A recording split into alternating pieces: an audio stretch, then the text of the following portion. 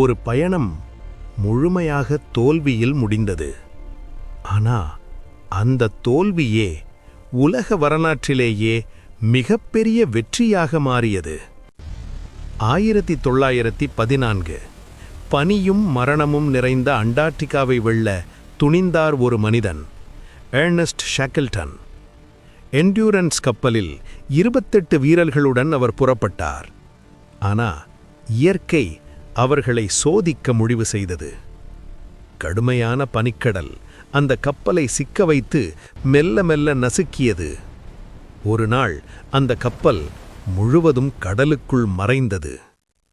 நடுக்கடலில் வெறும் பனிக்கட்டிகள் மீது 28 உயிர்கள் உயிர் பிழைக்கப் போராடினார்கள். உணவில்லை, வெப்பமில்லை, உதவியில்லை. மிக மெதுவாக நம்பிக்கை கூட மெல்ல மறைந்து கொண்டிருந்தது. ஒரு நாளில்லை, ஒரு மாதமில்லை, 500 நாட்கள். ஒவ்வொரு நாளும் மரணத்தை நேரில் பார்த்து அவர்கள் உயிரோடிருந்தார்கள். அந்த நேரத்தில் ஒரு முடிவு ஷாக்லட்டன் எடுத்தார்.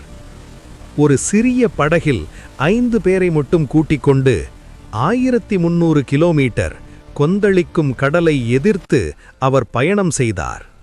அது மட்டுமில்ல, தீவை அடைந்த பிறகு 36 மணி நேரம் தூக்கமே இல்லாமல் பனியால் மூடப்பட்ட செங்குத்தான மலைகளை அவர் ஏறினார். ஒரு நம்பிக்கைக்காக. இறுதியில் ஒரு திமிங்கல வேட்டை நிலையம் அவர் அடைந்தார். 20 மாதங்கள் கழித்து உலகம் ஒரு அதிசயத்தை பார்த்தது. ஒரு வீரர் கூட உயிரிழக்காமல் அனைவரையும் உயிருடன் மீட்டார் எர்னஸ்ட் ஷாக்கில்டன். அவரது பயணம் இலக்கை அடையவில்லை, ஆனா அது வரலாற்றிலேயே வெற்றிகரமான தோல்வி என்று அழைக்கப்படுகிறது.